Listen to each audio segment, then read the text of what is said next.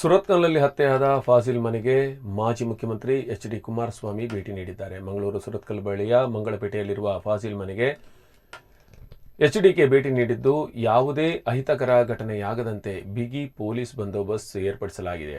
ಮಾಜಿ CM H D. Kumaraswamy ಜೊತೆಗೆ ಜೆಡಿಎಸ್ನ ಪ್ರಮುಖರು ಹಾಗೂ ಇತರ ನಾಯಕರು ಜೊತೆಗೂಡಿದ್ದಾರೆ.